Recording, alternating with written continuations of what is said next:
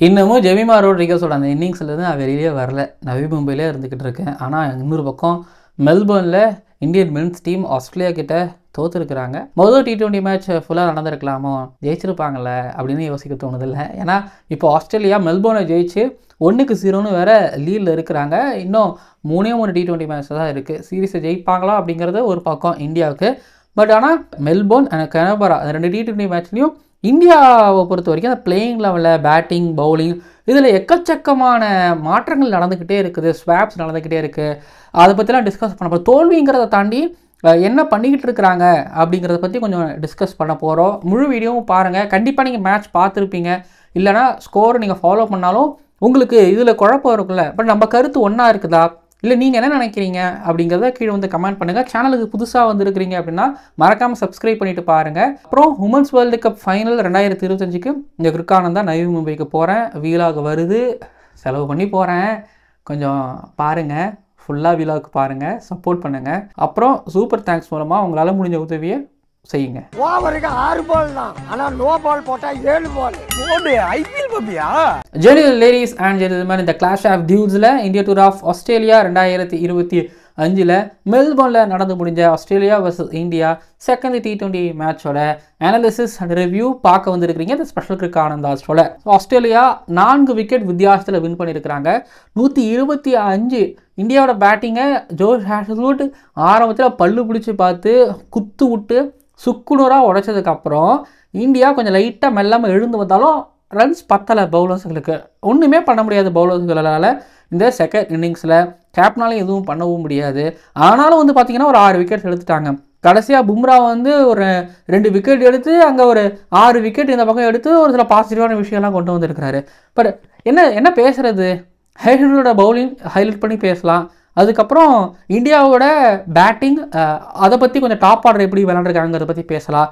அப்புறம் உள்ளே என்ன நடந்துக்கிட்டு இருக்கு, சூரியகுமார் யாதவோட முடிவுகளா இல்லை கௌதம் கம்பீர் அவர்களோட முடிவுகளா, ஸோ இதை பற்றியும் பேசவும் போகிறோம். ப்ளஸ் வருண் சக்கரவர்த்தியோட பவுலிங் பற்றியும் பேசவும் போகிறோம். ஸோ ஃபஸ்ட்டு இந்தியாவில் நடக்கிற அந்த மாற்றங்கள் நம்ம போன மேட்ச்லேயே பேசியிருப்போம். என்னென்னா 2 ஸ்பின்னரோட ஆடுறாங்க, ப்ளஸ் ஹர்ஷ்தீப் சிங்கை விட ஹர்ஷித் ராணா 11ல் இருக்கிறாரு. ஸோ இதெல்லாம் நம்ம பற்றி போன வீடியோவில் டீட்டெயிலாக பேசிட்டோம். ஐ மீன் செகண்ட் T20 மேட்சோட ப்ரிவியூவில் அதை பேசியிருப்பேன் நான் நினைக்கிறேன். நீங்கள் அதை போய் ஒரு தடவை நீங்கள் பார்த்துக்கோங்க. பட் நாங்கள் பேட்டிங்கில் வரும்போது என்ன அர்த்தத்தில் ஒரு சஞ்சு சாம்சனை நம்பர் 3ல் அனுப்புகிறாங்க அப்படிங்கிறது புரியவும் இல்லை. ஹர்ஷித் ராணா நம்பர் 7 துபேக்கு முன்னாடியே அவர் வராரு, அதுவும் எனக்கு புரியவும் இல்லை. துபே அட் நம்பர் 8 அப்படிங்கிறதும் புரியலை. இப்போ இது எதுக்காக நடக்குது அப்படிங்கிறது தெரியவும் இல்லை. சஞ்சு சாம்சன் ஓப்பனிங் தான் நல்லா விளையாடுவார், ஓப்பனர் தான் அப்படின்னு முடிவு பண்ணிட்டீங்க அப்படின்னா அப்போது நீங்கள் சாக்ரிஃபைஸ் பண்ண வேண்டியது ஆப்வியஸ்லி சுப்மன் கில். எஸ், T20யில் கில் இல்லை, கில் அவருக்கு கொடுக்குற வாய்ப்புகளை அவர் அந்த அளவுக்கு யூட்டிலைஸ் பண்ணி ரன்ஸ் வரலை அப்படிங்கிறது உண்மை. மென்னுலாம் முழுங்க வேணாம், ரன்ஸ் வரலை. வைஸ் கேப்டன் ஆகிட்டார். நீங்கள் ஃபியூச்சரை நோக்கி போகிறீங்க, 3 ஃபார்மட் கேப்டன் வேணும் அப்படின்னு யோசிக்கிறீங்க, புரியுது. பட் ஆனால் அது அந்த ஷூவில் கில் வந்து உட்கார மாட்டுறாரு. இல்லை கிரிக்கானந்தா போன மேட்ச் நல்லா அடிச்சார், எஸ் கரெக்ட், ரொம்ப கிரிட்டிசைஸ் பண்ணுறோம் அப்படின்னு இப்போ நான் யோசித்தாலும் ஆனாலும் நீங்கள் சஞ்சு சாம்சன் அப்போ நீங்கள் ஏன் அனுப்புறீங்க? சரி, இப்போ அவர் பிளேக்குள்ளேயே அவர் அனுப்புகிறோம், ஓப்பனிங் அவருக்கு வித்தியாசம் ஒன்றும் பெரிய பிரச்சனை கிடையாது, அவர் ஓப்பனிங் ஆடுவார், அவருக்கு வேண்டிய ஸ்லாட்டு தானே அது அப்படின்னு யோசிக்கும் போது இல்லை அந்த இடத்துல வந்து வேறு காரணங்கள் தேட வேண்டியதாகவே இருந்துக்கிட்டு இருக்குது. சஞ்சு சாம்சன் ஏன் நம்பர் 3 இன்றைக்கி அனுப்புனாங்க? சஞ்சு சாம்சன் கீழே ஆடினாருன்னா கீழே இந்த மாதிரி சுச்சுவேஷனில் சஞ்சு சாம்சன் எப்படி ஆடுவார் அப்படிங்கிறது தெரிஞ்சுக்கணும், புரிஞ்சுக்கணும், அவருக்கு தெரியணும். சரி, அடுத்த வேர்ல்டு கப் இந்தியாவில் நடக்குது, இது ஆஸ்திரேலியா நடக்குது இந்த சீரீஸு, இது அடிக்கிறது அதில் அடிக்கிறது ஒன்றாமா, பட் அது ஒன்றாமாங்கிறதெல்லாம் தாண்டி அவருக்குள்ள ஒரு கான்ஃபிடென்ட் வரும். அப்பா சஞ்சு சாம்சன் இந்த இடத்துல அடிச்சிருக்கிறாருப்பா அப்படின்னு நம்மளுக்கும் சஞ்சு சாம்சனுக்கு ஒரு கான்ஃபிடென்ட் வரும். பட் ஆனால் எனக்கு என்னமோ அந்த கான்ஃபிடென்ட்டை வளர விடாமல் இந்த மேட்ச்சில் பண்ணிட்டு இருக்கிறாங்களோ, சஞ்சு சாம்சனை மாற்றி இறக்கி விட்டு கொஞ்சம் ஒரு மாதிரி கொலாப்ஸ் பண்ணுறாங்களோ அப்படின்னு எனக்கு பர்டிகுலராக தோணுது. தெரில அங்கே என்ன அளவுக்கு கம்யூனிகேட் போயிட்டு இருக்குன்னு எனக்கு தெரில. பட் ஆனால் வெளில இருந்து பார்க்கும்போது இது எனக்கு தோணுது. சிவம் துபேவை எதுக்கு பின்னாடி போக வச்சாங்க? ஸோ அவரோட என்ட்ரி பாயிண்ட் அப்படிங்கிறது வந்து லேட்டாக இருக்குன்னு யோசிச்சு ஹர்ஷித் ராணாவை அனுப்புனாங்களா? சரி, ஓகே, அவர் ஹர்ஷித் ராணாவை அனுப்புகிறாங்க. ஹர்ஷித் ராணாவை வந்து கொஞ்சம் அதிகமாக ப்ரொமோட் பண்ணுறாங்க. எனக்கு தெரிஞ்சு இதுக்கு முன்னாடி வந்து அதாவது ரோஹித் சர்மா கேப்டன்ஸ்லையும் சரி, டிராவிட் கோச்சாக இருக்கும்போதும் சரி, இப்போ விக்கெட் சரசரன்னு விழுதுன்னா பவுலரை வந்து மேலே அனுப்புனதே கிடையாது, டெய்லர் அனுப்புனதே கிடையாது. பட் ஆனால் இப்போ ஹர்ஷித் ராணா அனுப்புகிறாங்க, அவரும் ப்ரூவ் பண்ணுறாரு. பட் ஆனால் அவரோட இன்னிங்ஸும் நீங்கள் கேஸ் எழுதலாம். இங்கே பாருங்களேன், 49க்கு 5 இருக்குது. இப்போ போயிட்டு நீ நிறுத்த வேணாம், சுத்து, ஏன்னா நிறுத்தினா தான் இப்போ அடி விழுகுது, நீ போய் சுற்றும் போது எப்படி சுற்றணும் அப்படின்னா, அதாவது 200-150 ஸ்ட்ரைக் ரேட்டில் ஆட வேணாம், விக்கெட்டை நிறுத்துறதுங்கிறத தாண்டி 2-3 6 கச்சா முச்சா அடி அவங்க அப்படி அடிக்கும்போது கொஞ்சம் கொலாப்ஸ் ஆவாங்க, அவங்க விக்கெட் எடுக்க போகணும்னு நினைப்பாங்க. அப்போது இன்னும் 2 6 நீங்கள் அடிக்கலாம். ஆப்போசிட்டில் இருக்கக்கூடிய பேட்டர் கொஞ்சம் நல்லா அடிப்பாங்க, அதெல்லாம் நம்மளுக்கு ரன்ஸ் வரும்னு இருக்கலாம். சுத்தினாரு வந்துச்சு, ஆனால் சுத்துறாரு அப்படின்னா அது ஒரு 6 ஒரு 4 போகுதுன்னா அடுத்த 2-3 பால் டாட் பாலாக விழுகுது. இது ப்ரெஷர் ஆகுது. இன்றைக்கி ஹர்ஷித் ராணா 33 பாலுக்கு 35, இது அன்ஃபேர்னு நான் சொல்லுவேன். ஒரு 25க்கு 35 ஓகே, 20க்கு 35 ஓகே அப்படின்னு நான் சொல்லுவேன். ஆனால் ராணா அனுப்பி விட்டது ஓகே, சுற்றினது ஓகே, ஆனால் நிறைய பால் தின்னது தான் அங்கே பிரச்சனையாக ஆயிடுச்சு. அதே போல் ஸ்ட்ரைக்கு அவர் லாஸ்ட் பால் அவர் எடுத்துக்கிட்டே இருந்தார். ஒரு அபிஷேக் சர்மாவுக்கு கொடுத்துருந்தாவது இன்னும் ஒரு எக்ஸ்ட்ரா ஒரு 20 ரன் வந்திருக்குமோன்னு எனக்கு பர்டிகுலராக எனக்கு தோணுச்சு. இல்லைப்பா போய் அபிஷேக் சர்மா நீ கொஞ்சம் காப்பாற்று, அவரை நான் ஸ்டேக் ரனில் வை, பின்னாடி நம்ம கொஞ்சம் அடிச்சிக்கலாம், அவரும் துபையும் சேர்ந்து அடித்தாங்கன்னா பெரிய ஸ்கோர் போகும், அப்போது ஆப்போனன்ட் கொலாப்ஸ் ஆவாங்க அப்படின்னு யோசிச்சாங்களா தெரியல. பட் ராணா வந்து அதிக பால் சாப்பிட்டதும் பிரச்சனை நான் நினைக்கிறேன். ஸோ சஞ்சு சாம்சனை மாற்றி இறக்கி விட்டதோ, ராணாவை மேலே இறக்கி விட்டு ராணாவும் அந்த வேலையை கொஞ்சம் சரியாக செய்யாததோ ஓகே, அது ஒன்றுனா ரன்ஸை விடுங்க. இன்றைக்கி பும்ரா சரியாக போடலை, அதே போல் ராணாவும் போடல, ராணாவும் ஹர்ஷித் ராணாவும் செம்மடி அடிச்சிட்டாங்க. ஆமாம், நீங்கள் ஸ்கோரை பார்த்துட்டு பும்ரா 4 ஓவருக்கு 26 ரன் சொல்கிறதுக்கு கடந்தனா பின்னாடி தான் நல்லா போட்டார். பவர் பிளேயில் போடும்போது அவர் அடிச்சு சும்மா வெறுத்துட்டாங்க. முன்னாடி சொன்ன தான் இந்த ஸ்கோரை வச்சுட்டு பவுலர்ஸ்களால் எதுவும் பண்ண முடியாது. இதில் ஒரு வருண் சக்கரவர்த்தி போட்டார். இதில் வருண் சக்கரவர்த்தி மட்டும் எப்படி சக்ஸஸ்ஃபுல்லாக, குல்தீப் யாதவ் 2 விக்கெட், பட் குல்தீப் யாதவ் தானே வருண் சக்கரவர்த்தி எக்கனாமிக்கலாக போட்டிருக்காரு. குல்தீப் யாதவ் 45 வாங்கியிருக்காரு, ஆனால் வருண் சக்கரவர்த்தி 4 போட்டு 23 2. என்னன்னா ஹேசல்வுட் ஃபாஸ்ட் பாலர், இவர் வந்து ஸ்பின்னர் போர்வையில் இருக்கிற ஃபாஸ்ட் பாலரு, ஸ்டெம்புக்கு தான் போடுவார், ஷார்ட்டாக வைக்கவே மாட்டார், அந்த லென்த்தில் போட்டுகிட்டே இருப்பார். அப்படிங்கும்போது இவர் தொல்லை தான், இவர் ஒரு மாதிரி தலைவலி தான். இப்போ தலைவலினா தலைவலியே தான், பிரச்சனைனா பிரச்சனையே தான். ஸோ இதில் வந்து பார்த்திங்க அப்படின்னா வருண் சக்கரவர்த்தி கெத்தாக இருக்காருங்கிறதுனால தான் இவரை பெருசாக ஆப்போனண்ட்டுகளால் ஆட முடியறதில்ல. இப்போ எக்ஸ்ட்ரா நிறையா போட்டார். யோசிச்சு பார்த்தோன்னா 2021 அப்போ ஆஸ்திரேலியா டூரில் இப்போ ஒரு ஆட வேண்டியது, பட் நட்டு உள்ளே வந்தார் இன்ஜுரி அப்போ வருண் சக்கரவர்த்திக்கு. பட் இப்போது வருண் சக்கரவர்த்தியை பார்த்தீங்கன்னா ஒரு ஐபிஎல் ஆடுறாரு, ஒரு டிஎன்பிஎல் ஆடுறாரு, சையத் முஸ்டாக் ட்ரோஃபி ஆடுறாரு. ஸோ தொடர்ந்து அந்த ஒயிட் பாலில் அந்த T20 அவர் இருந்துக்கிட்டே இருக்காருங்கும் போது அவரால் அந்த ஒரு ஃபார்மேட்டை நல்லா ஃபோக்கஸ் பண்ணி மாஸ்டர் பண்ண முடியுது. ஸோ மாஸ்டராகவும் ஆல்மோஸ்ட் இருந்துகிட்டு இருக்காரு. But T20 world cup India ஸ்ரீலங்காலங்கும் போது அது வருணுக்கு ஒரு கூடுதலான ஒரு அட்வான்டேஜ். குல்தீப் விக்கெட் எடுக்கிறத கஷ்டப்பட்டாலும், இல்லை குல்தீப் கொஞ்சம் எக்கனாமிக்கலாக கஷ்டப்பட்டாலும் அங்கே வருண் நல்லா போட்டுட்ருக்காரு. இது பவுலிங்கில் வருணை பற்றி இருக்கிற பாசிட்டிவான விஷயம்னா பேட்டிங். நீங்கள் பேட்டிங்கில் fast bowlers against fast bowler இந்த மாதிரி ஆஸ்திரேலியன் கண்டிஷன்ஸில் இந்தியன் பேட்டர்ஸ் கொஞ்சம் கஷ்டப்படுவாங்க. அதுவும் கெனபராவோட மெல்போர்னில் கொஞ்சம் பவுன்ஸ் இருந்துச்சு.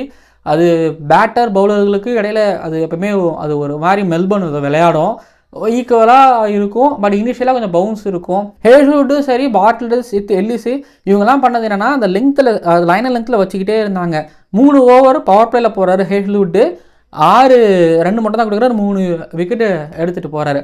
ஸோ சூரியகுமார் யாதவோட விக்கெட் ஒரு பக்கம் அப்படின்னா, அதுக்கப்புறம் கில்லோட ஒரு விக்கெட்டு அப்படின்னா, திலக் வர்மா வந்து ஃபைன் ரெகுலர் ஃபீல்டர். இதில் திலக் வர்மா சுற்றிருக்கவே வேணாம், ஏன்னா அவருக்கு தான் இங்கே ஆஸ்திரேலியா ஃபஸ்ட்டு மேட்சும் போன மேட்ச் ஆடலை, ஏஷியா கப்பில் நல்லா ஆனார், பிரச்சனையே கிடையாது. பட் இங்கே வரும்போது அது 2வது பாலே சுற்றணுமா, ஏன்னா அவங்க கண்ணு முன்னாடியே ஒரு 3 விக்கெட் போயிடுச்சு. இதுக்கப்புறம் நீங்கள் தான் அப்படிங்கும் போது நீங்கள் நிற்கணும் இல்லையா, 2வது பாலே அட்டாக்கிங் கிரிக்கெட் ஆடணுமா, அங்கே தான் கொஞ்சம் ஒரு மாதிரி திலக் வர்மா தப்புங்க, ரொம்ப தப்பு பண்ணிட்டீங்க அப்படிங்கிற மாதிரி ஒரு பக்கம்னா, சூரியகுமார் யாதவுக்கும் இந்த ஹேஸ்வுட் அடித்தார், ஸ்கொயர் லெக்கில் அடித்தார். பட் இந்த மேட்ச்சை எடுத்துக்கிட்டிங்கன்னா அந்த பக்கம் நான் காட்டவே மாட்டேன்னு வச்ச பால அன்பிளேபிள்னு சொல்லலாமா, இல்லை கட்டி போட்டாருன்னு சொல்லலாமா.